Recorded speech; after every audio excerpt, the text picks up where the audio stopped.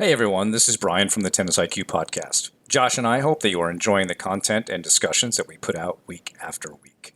If you'd like to support the podcast and help us to continue to produce quality episodes, please visit our Patreon page at patreon.com/tennisiqpodcast/membership. Currently, we have 3 tiers of support: the fan level at $3 per month, the supporter level at $7 per month, and the champion level at $20 per month. Benefits of joining the Tennis IQ podcast community include episode transcripts, participation in book club discussions, and access to monthly masterclasses with me and Josh.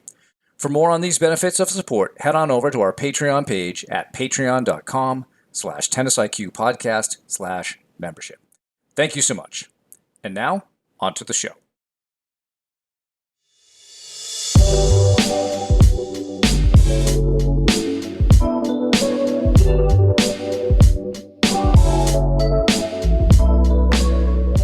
Hello and welcome to the Tennis IQ podcast. I'm Josh Berger. And I'm Brian Lomax. And today we're going to be talking to Dr. Cathy Utzschneider. So Cathy is the founder of the coaching practice Move, a method of goal achievement that helps all kinds of coaches and executives help others with goal achievement. Cathy's 25 years of experience as a national and world-class master's athlete and her doctoral dissertation on goal achievement and excellence support the method. A certification in the Move method has created a community of professionals focused on helping others. Cathy is also the lead faculty for sports leadership and coaching for performance at Boston College. A professor since 2005, she's a national expert in goal achievement, which has been the subject of her 4 books, a TEDx Talk, and hundreds of articles. In this conversation, we talk to Cathy about the importance of goal achievement in life, get into specifics on the Move methodology and how it works. Personally, I think this is a great episode, Josh, for anyone interested in achieving goals and personal satisfaction in life. So with that, here's our conversation with Cathy Utzschneider. Cathy Utzschneider, welcome to the Tennis IQ podcast. It's a real pleasure to have you here today. It's great to be here, Brian and Josh. Really great. Yeah. Thank you for having me. Absolutely. We're excited to speak with you because one of the major themes in sports psychology is, of course, goal setting and motivation.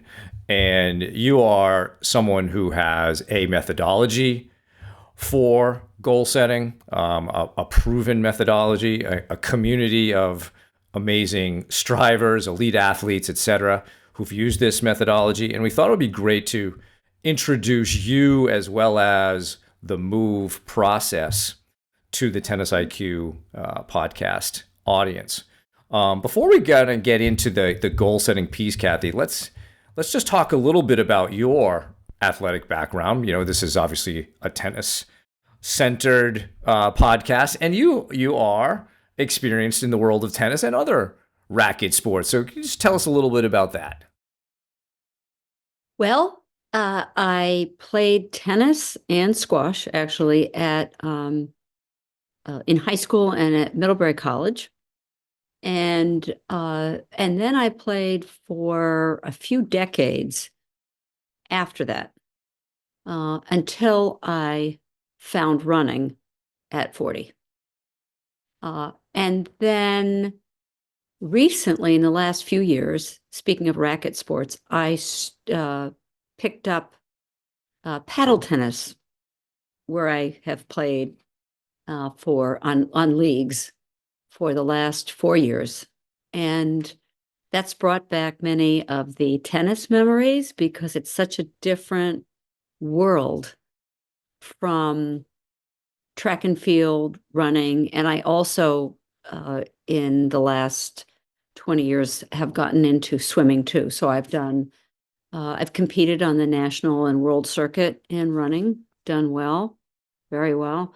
And then I've also done the same in aquathlon, which is swimming and running.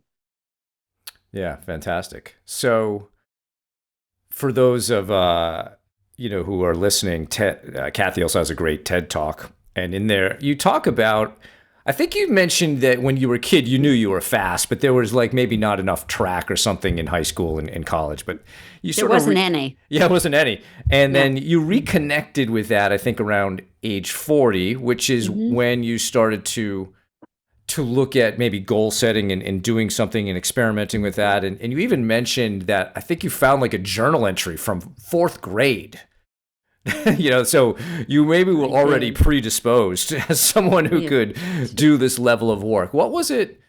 What was your thought process at 40, starting to get back into running, and how did you use goal setting to start to strive and achieve some things in the running world? And great question. And it's not a super short answer, but I'll make it concise. Great things are often begun, created through struggle. And first of all, as I said, running was not offered as a sport when I went to high school and college. So I continued after college with tennis. When I was 40, my life was a whirlwind. It was crazy. I had 2 babies. I had a husband who traveled all the time. I was finishing my doctoral dissertation, which the subject of which I should tell you about because it would be of interest, I think, to your audience, and was a great reason I started running. So I was just juggling. My life was just a whirlwind. I was a whirling dervish. I had the kids. My husband traveled. I was doing a uh, dissertation, and I was starting a business coaching. And I just needed a method of organization. And I was driven to try running because I met a woman who was the BU track and field coach, a world record setter. She was 15 years younger than I, but she noticed that I was fast. I knew that. My father had been a very fast sprinter. So I had the genes that showed up in other sports. And I was very, very motivated to see what I could do in running. The other thing was I had finished a doctoral dissertation at Boston University, which compared people who started running in their teens and people who started running after 30 and compared how good they were after 40. So at the time of my study, there were over 100 national and world-class runners, all over 40, and I divided them in half. Half of them, 50 of them, were Olympians or very good high school and college runners, and they started in their teens as late as 2021. The other half started after 30, and all of them were competing with each other after age 40. And the findings of that dissertation, the findings being that after 5 to 7 years, those who started after 30 could be as good after 40 as those who started when young. So I myself have beaten, Olympic trials runners and an occasional Olympian. And so have other people who started late. It also, their achievements made them more effective. Their goal setting, their focus on sports made them more effective in the rest of life, which after, age 30 at least, we're all focused on, relationships, careers. We have other things that we're balancing, and we've got to figure it out ourselves. So the dissertation found that after 5 to 7 years, people could be as, considering genetics, but people could be as good as those who started when young. It could explosively empower production in careers, make them better in relationships, etc. It changed their concept of midlife. And it was something they had to celebrate with others in order to appreciate, and more. So the findings of my dissertation, which I was working on before I was 40, before I started running motivated me. And my advisor at BU at the time was a man who had been an Olympian from Australia, had been on the track and field committee, the board committee after being an athlete. And he said, there's never been a study like this comparing the late starters and the early starters. And that was around, I was working on it, late 1990s, finished it 2002.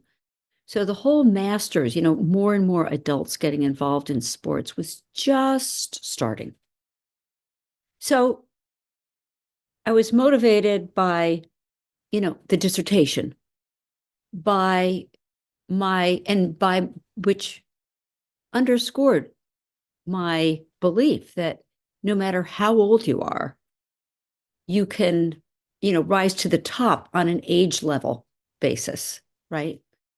And looking back now, I coach beginners, love coaching them, and I've coached world record holders and Olympians. And some of them, the runners, set world records in their mid-70s, as late as their mid-70s. So I think that answers your question, if I didn't lose it along the way. So I think that's a wonderful journey and a wonderful story, obviously based partly on your own upbringing and athletic career, but also that ties in the academic piece in terms of, you getting your doctorate and doing this research and learning about it and then starting to do the work that you do today. Could you tell us a little bit more about that process in terms of, the move, in terms of move and how you develop that and maybe outline a little bit more about it for our listeners? Absolutely. And that dovetails with the rest of my first answer, which is that because I was in such a whirling dervish lifestyle and needed structure, I was looking for, and I'd studied, my focus was on high performance through the lifespan. And it was on theories of excellence, goal achievement, high performance theories of excellence. Because of that, I was looking for some kind of way to structure things. And in the course of that, of coaching others and of trying to live my dream, which I have done and which I try to help everyone else do, is I created a goal achievement method based on the studies, my own experience, my clinical, so to speak, my coaching experience, et cetera. And I created it because I couldn't find it anywhere else, the goal achievement method. And the method itself, and we produced just last year a goal achievement workbook, which is available as of yet only through getting in touch with me. And we're trying to we've got a group putting it online right now. But it divides goal achievement into 4 phases. And the first phase is one of the most important. They're all important, but the 4 phases are preparing for goals, setting goals, managing goals, and reviewing goal achievement. And these goals, the focus is you begin with a vision, whether it's, a year out, or it could be 4 years out, but a vision of a long-term goal. What is your identity in the sport? Who do you want to be? And I just coached someone to a top 10 in the world in golf for women over 50. So it has applied for people in all sports. So this preparing for goals is so important, particularly, I would say, for people beyond collegiate sports and professional sports, because they have to focus more on what else is going on in the rest of their lives. People get so excited, as I did, about the sport, right? What can I do in the sport? But if you start with the reality of, well, I have a family and 2 kids, I'm working from Monday through Friday at XXX times, without considering the other main priorities in your life, you can't get anywhere. So the preparing for goals is really important. Then the setting goals is equally important. And after establishing a vision of your year to 4 year goals, you then set short term. We define them as 4 to 12 weeks, and Move coaches, there are 13 of them. They focus on 6-week goals generally. So then you focus on successive short-term 6-week goals that lead towards the long-term goals. So we start with preparing for goals, then setting goals, which takes quite a bit of thought and definition. And the process of figuring out what's reasonable or not is really important. This is not a training peaks where you fill in the blanks. This is a method for people who are really serious about achieving at whatever level a next level in their sport while also having life balance. The third phase, managing goals, involves everything from anticipating obstacles and strategies to overcome them. It also involves sharing your goals, your short-term goals, which are successive short-term goals to achieve the long-term goal, but sharing those goals with someone you trust, because it gives you a chance to have a conversation about that. And there's a reason it's high performance coaching. Therapy, you're focused on getting from, I use the car analogy, from reverse to neutral. This is about neutral to fourth gear, whatever, but it honors tiny steps, right? Tiny steps. And then the final step is reviewing goal achievement, where you look back not just at the week, but at the 6 weeks. And you'll say, okay, I just saw someone this morning, for example. And we were saying, okay, she had finished a 6-week series. And we said, okay, where are we now? What did you achieve? I don't want you to continue, because you don't have to ever, unless you can begin, but unless you can know what you have achieved in 6 weeks, unless it's really worth it to you. And each goal builds on itself. So I've used Move for 40 years now. And I can tell you that without it, I have a coach myself. At Move, we believe that best coaches have coaches. And it's helped me. Without having had Move, I wouldn't have gotten a master's in health sciences, an MBA, a doctorate, physiology. I would not probably have had the courage to start running, because when I started running, I started on a local level, and then I'd go to a kind of a city level, then state, then regional, then national, and then world. But all those steps seemed enormous. I mean, I can tell you a tiny little story for levity. One of the first international races I did was a 10K in Bermuda. And it was the days of the old-fashioned phones. We didn't have lots of cell phones. It's one of the early years, but at any rate, I went to the airport and I hadn't gone through security. And I thought, what am I doing? Is this crazy? So I called my coach and I said, this is just like wrong. It's just the wrong thing. I should not be doing this. And she said, well, think of this step. Fly down to Bermuda and turn around and come home. You will have taken a step. And obviously, I didn't forget that. And the importance of tiny steps is one that Move focuses on. We focus on it because Move not only is a process of, preparing for goals, setting goals, managing goals, and reviewing goal achievement. It has practical. It tells you exactly how to do that. We work with calendars, which have a team of people now working to get online. An engineer we have, and my husband is he was a computer guy.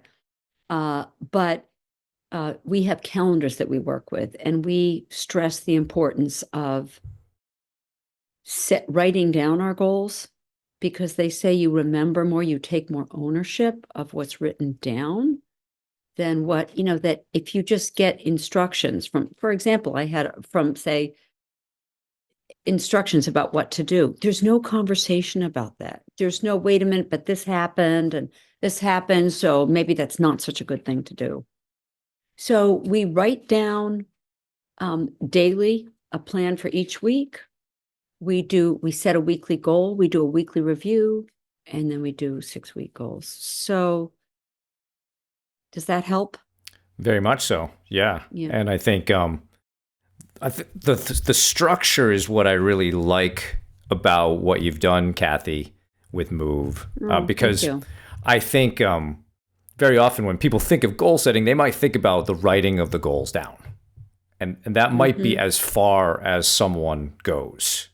They may read it. That's the next step. They might read it and connect with it each day. But I think you've also mentioned in the past that while writing your goal down is good, it's actually even more effective if you write it down and then you talk about it with someone on a regular basis, whether that's your buddy or certainly with a coach. And I think the structure of the worksheets that you have is really key to not only being accountable to yourself, but with the buddy process and the coaching process, you're actually having someone else to be accountable to as well, because you've publicly stated this goal, right?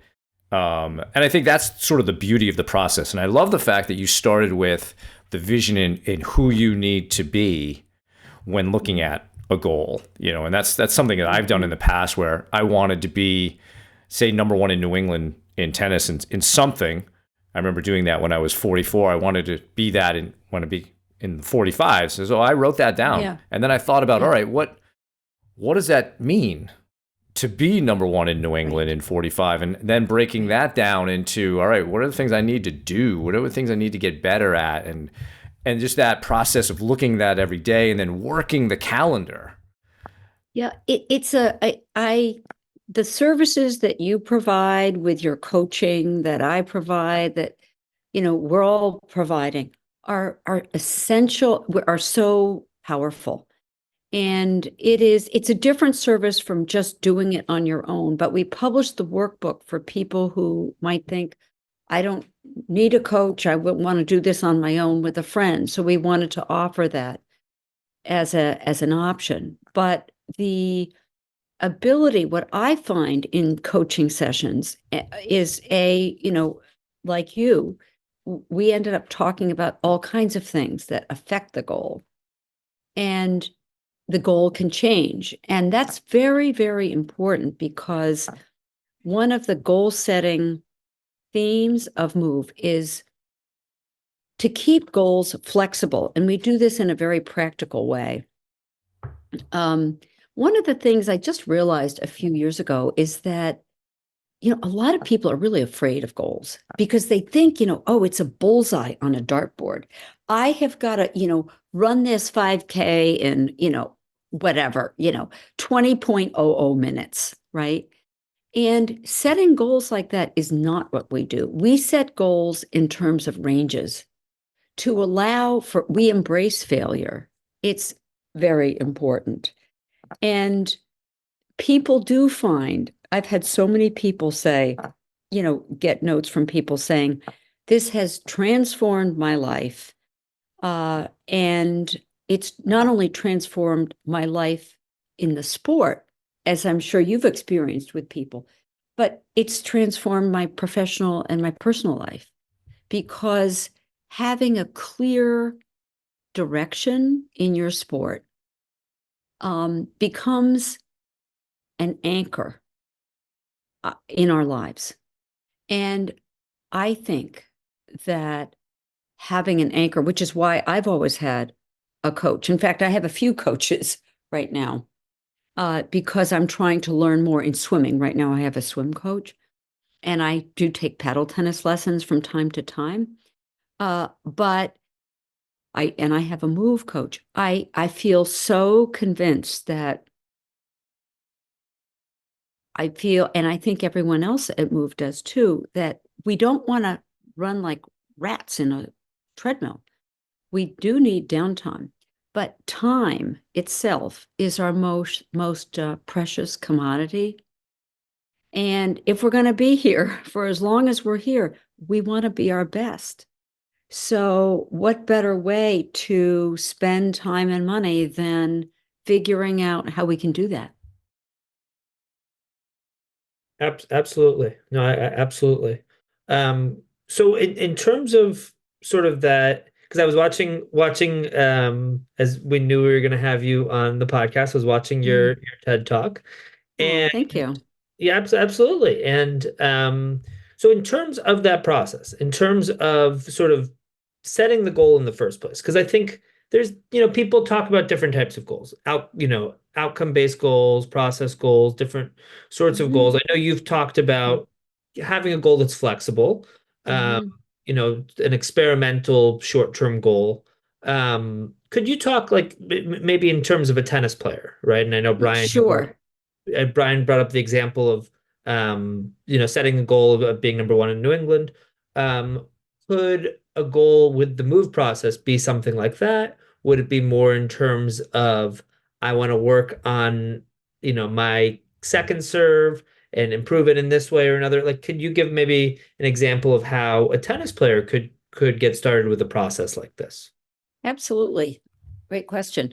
So I always think immediately of three kinds of goals. One is the process goal, which is the weekly tasks. So say you want to practice your serve. And one thing you do when you serve is, you drop your arm too soon instead of holding it up and get into that trophy position. So the ball is tossed exactly where you want it, as you both know. So a process goal for that might be, I'll just go over the definitions and then I'll reflect a little bit. I'm going to practice my serve, 5 to 10 minutes on the forehand for 3 to 5 times a week. And then I'm going to do it practice to the ad court, the deuce court and the ad court, 3 to 4 times a week. So that would be a process goal. A performance goal is a goal that is independent, an outcome goal independent of others. So, yes. So that, say, I wanted to get, 15 to 20 serves, 10 to 20 serves, whatever it is, into the deuce box and into the ad box. That would be a performance goal because it's a goal that's independent of others. Both a performance goal and an outcome goal are independent, are end goals. The difference between the performance goal and an outcome goal is that an outcome goal is relative to others. It's a competitive goal. So if you say, I want to, it wouldn't be, I'm going to get 15 out of 20 serves. That would be a performance goal because it's independent of others.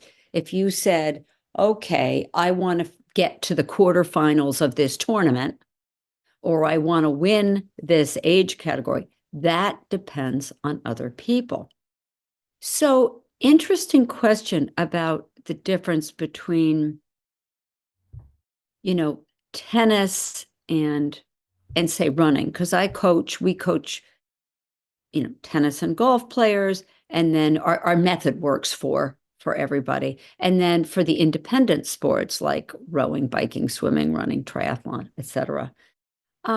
Tennis is interesting. I have one of my paddle partners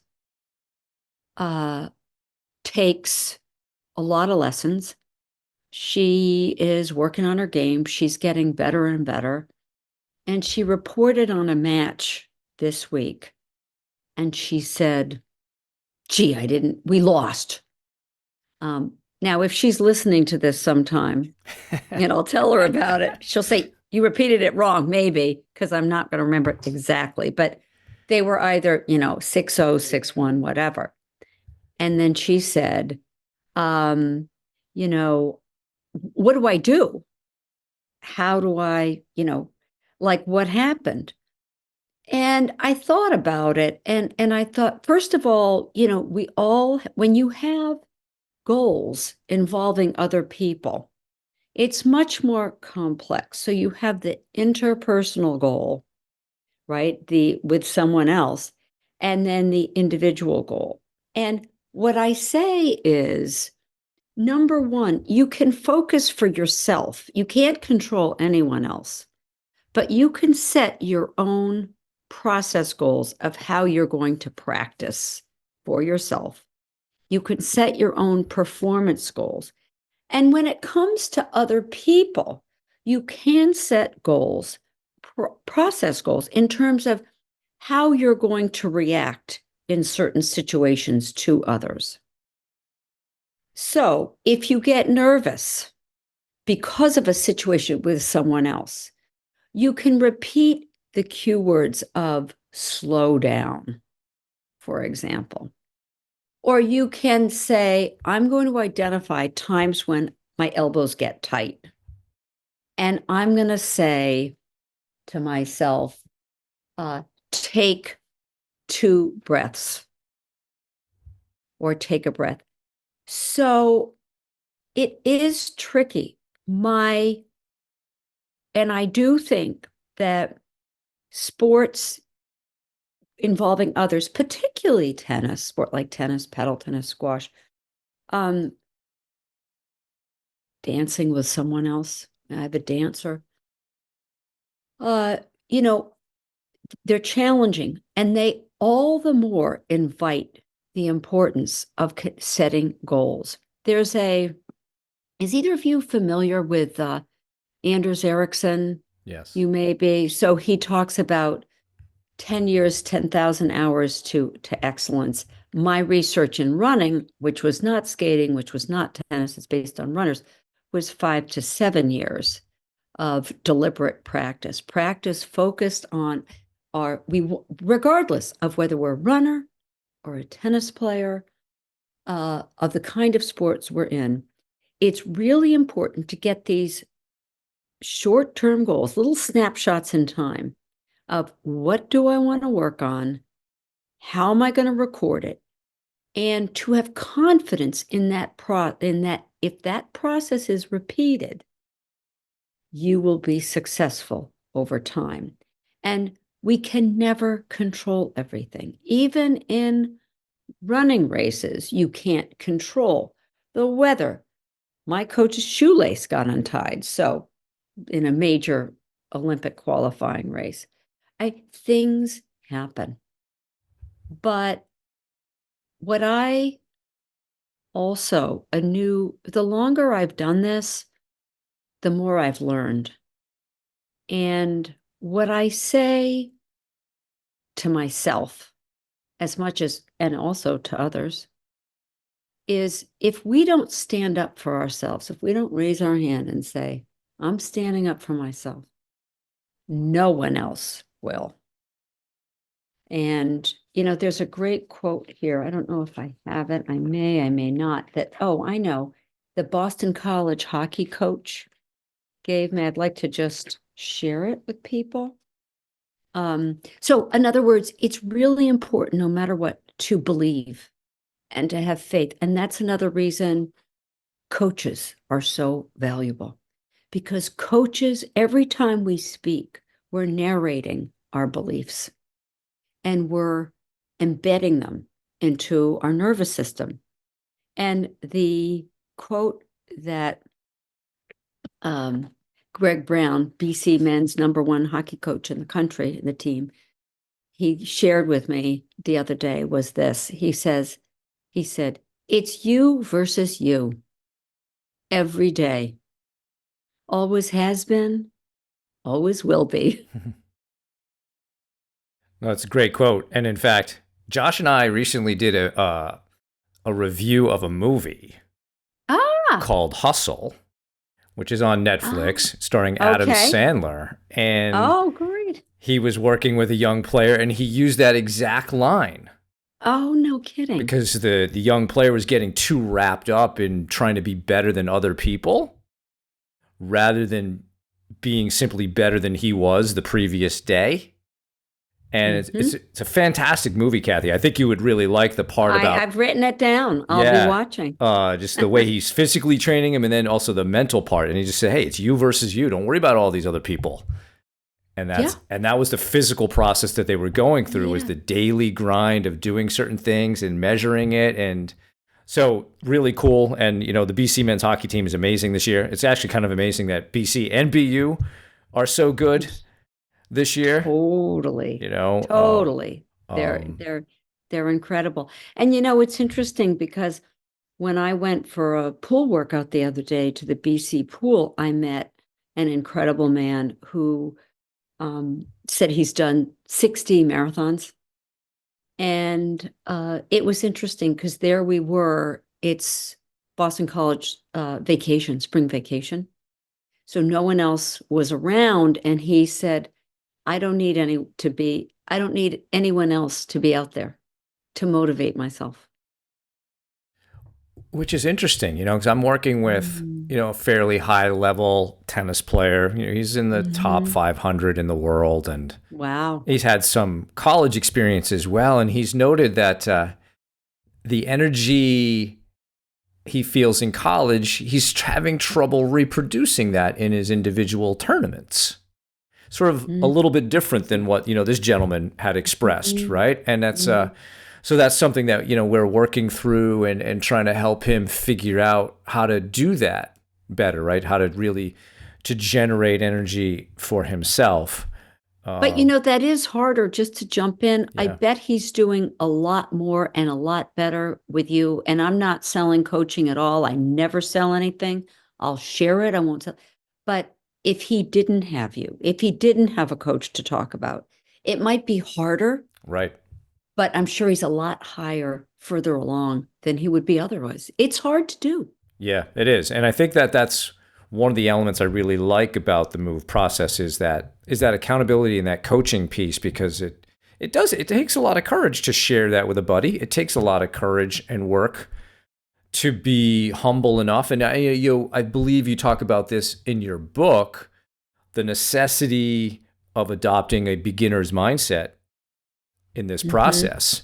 Mm-hmm. I think that's a necessary mindset to adopt if we are even going to be coached in anything, is to do that. How do you see that, Cathy, in terms of the importance to the goal achievement process is being able to treat yourself as a beginner? I think it's freeing. Because being a beginner, I mean, just think of a toddler learning to walk, splat, or on the floor, right? And, you know, there are so many ways in which adults have expertise and they're very accomplished. They've done something for a long time. It's good to remember that while allowing ourselves the freedom and the confidence to say, hey, I can get out there and look foolish. Or I was working with someone, oh, recently, not recently, a number of years ago, it doesn't matter. But at any rate, she was a very good D1 collegiate tennis player who had learned tennis before topspin was taught. So she had flat strokes.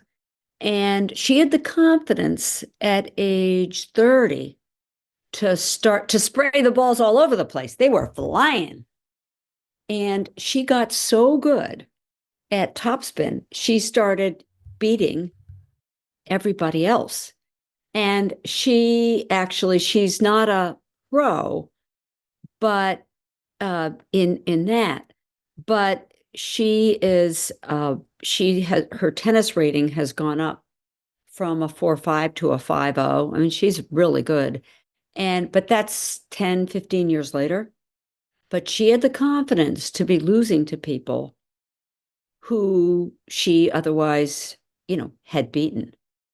And I think this, and I've seen people at all ages come and say, I'd like to try a new sport. I've got someone who's a football coach, and he's built like a football coach, and he's learning to swim, just trying to keep his head in the water. And I don't know if he's laughing when he's got his head in the water because he's saying, wait a minute, what's going on here? But he's having fun. And one thing I would say is that I felt myself that I have a value of not only of trying new things, because I think it gives us perspective on ourselves. And try new things if you've sort of proven yourself or to yourself in one area. I believe in that. So I think it helps us see life with a broader perspective. One question that I have, and I when I think about tennis, I think one of the, and this might be just maybe I think a self-limiting belief, maybe in terms of one that I hold in certain ways, and in other ways not, or maybe that other people hold. But I think we often see tennis players specialize at a pretty young age, right? Mm-hmm. And there's certainly research against specializing too early, but we often see it in a sport like tennis. There's academies, and people go to boarding schools, and they start training and specializing at a really young age, and we see this often in other sports, but certainly in a sport like tennis.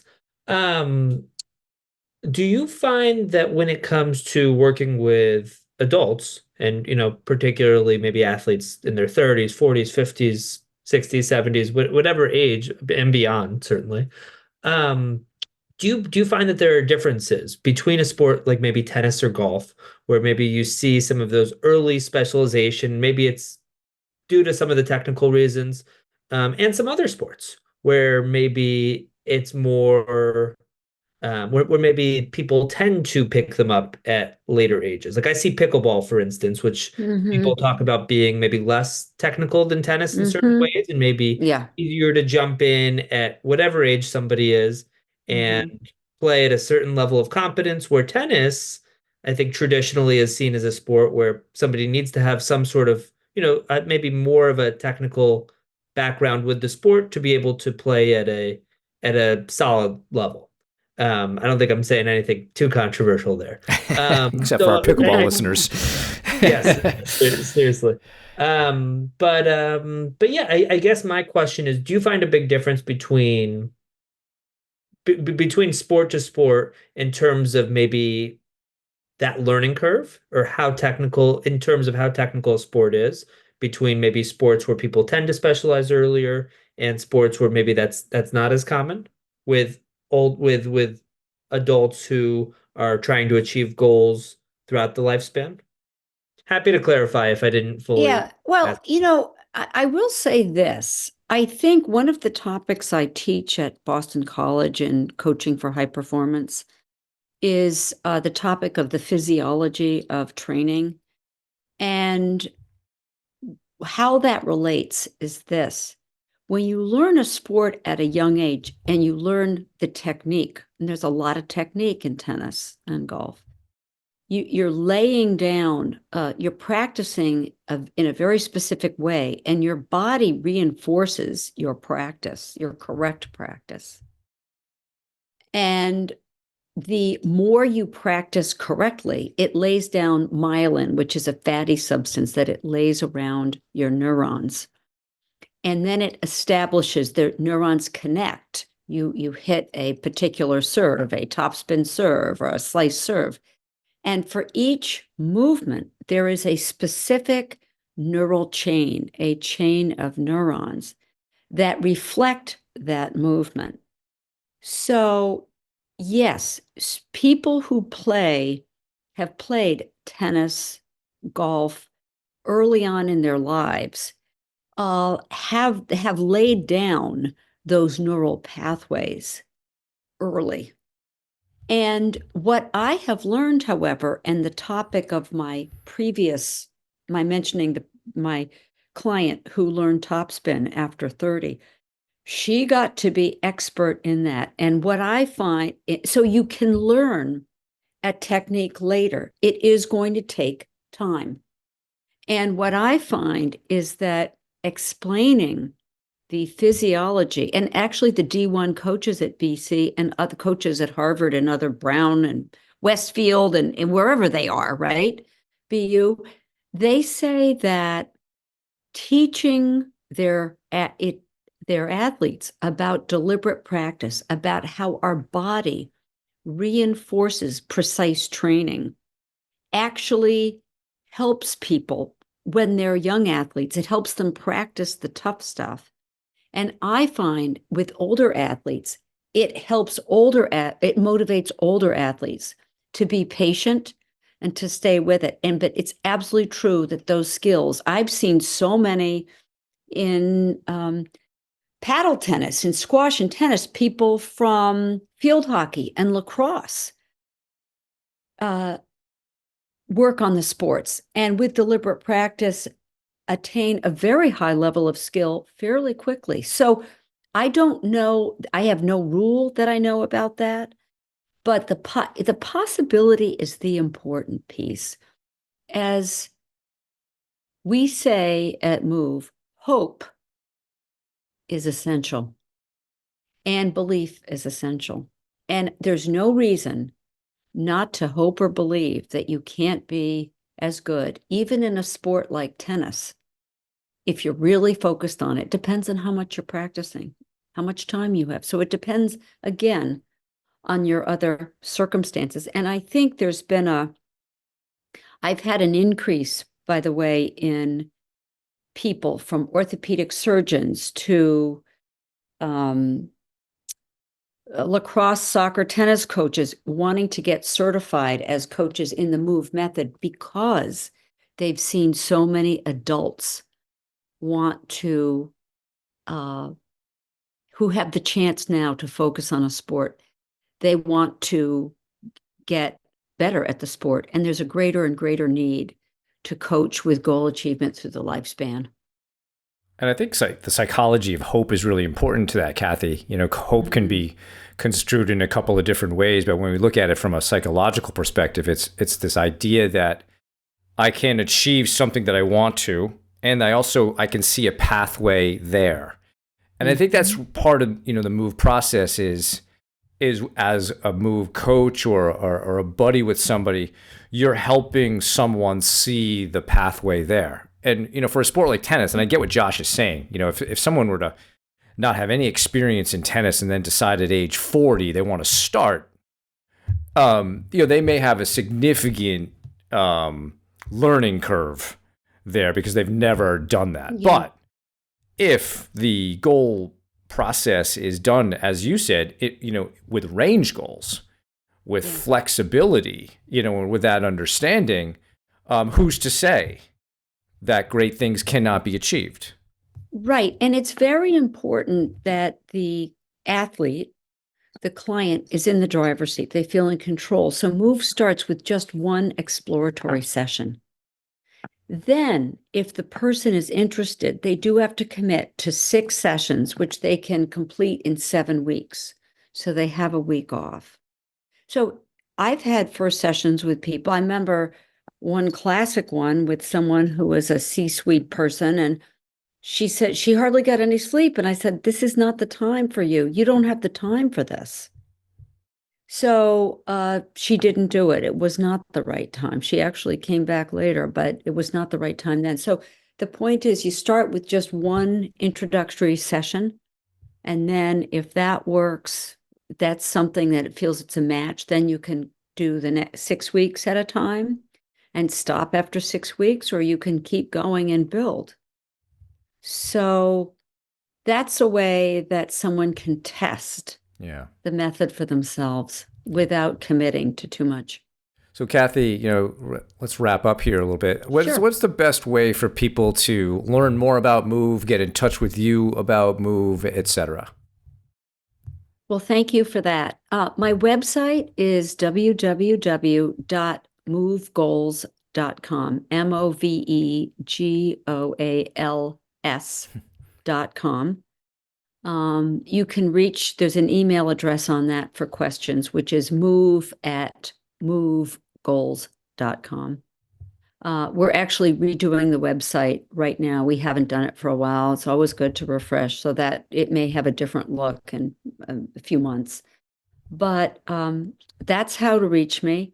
I have no problem with, just reach out to me by email is probably best. I was going to say, I'm happy to talk to anyone about it for 10, 15 minutes if they would like an introduction. And we have a terrific community, which is, Brian, we're honored that you're in our community, and we have speakers once a month, speakers and Brian gave a terrific talk on competition. And many of my students, athletes, and coaches have loved your book, The Mentally Tough Competitor. So thanks for that. Well, that's very kind. Yes. And you also have a couple of great books. I have actually a copy of Move right here for those on YouTube can see it. A lot of great stuff here. You actually Thank you. dedicated this to my wife, Susan. So, we really appreciate that. So, Cathy, thank you so much for being here today. This is a wonderful conversation. I feel like we could go on for another couple of hours, but you want to respect your time. But thank you so much for being here today. You're so welcome. And I would just add I hope I've given you a copy of High Performance in Midlife and Beyond. You have. That has some principles for all athletes. But Josh and Brian, thank you so much. Well, that was an awesome episode, and an awesome interview with Cathy. And I would say that probably my biggest takeaway is just the importance of setting more immediate goals. She talked about the 6-week process that she goes about with people, and just sort of that 6-week process within Move.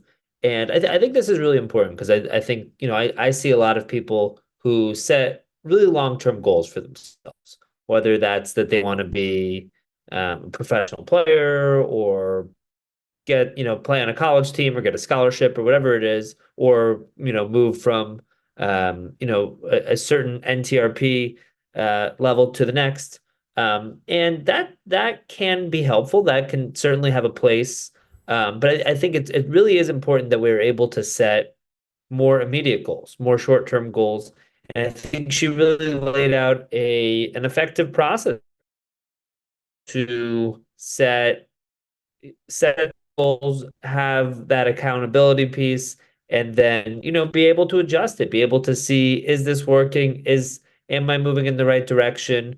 Can I set new goals? And I think what it can do by setting these short-term goals, it really can lead to, and especially once you can achieve them, it really can lead to sort of a snowball effect, where you're achieving the goals, you're feeling a sense of confidence because of that, you're setting new ones, you're feeling more confidence that you can attain these new goals, and it tends to lead to a lot more achievement, and you tend to make a lot more progress that way. So I really like that focus on the immediate, more of the immediate future, the 6 weeks or so, and the short-term goals, just because I think it really can lead to that progress and that snowball effect.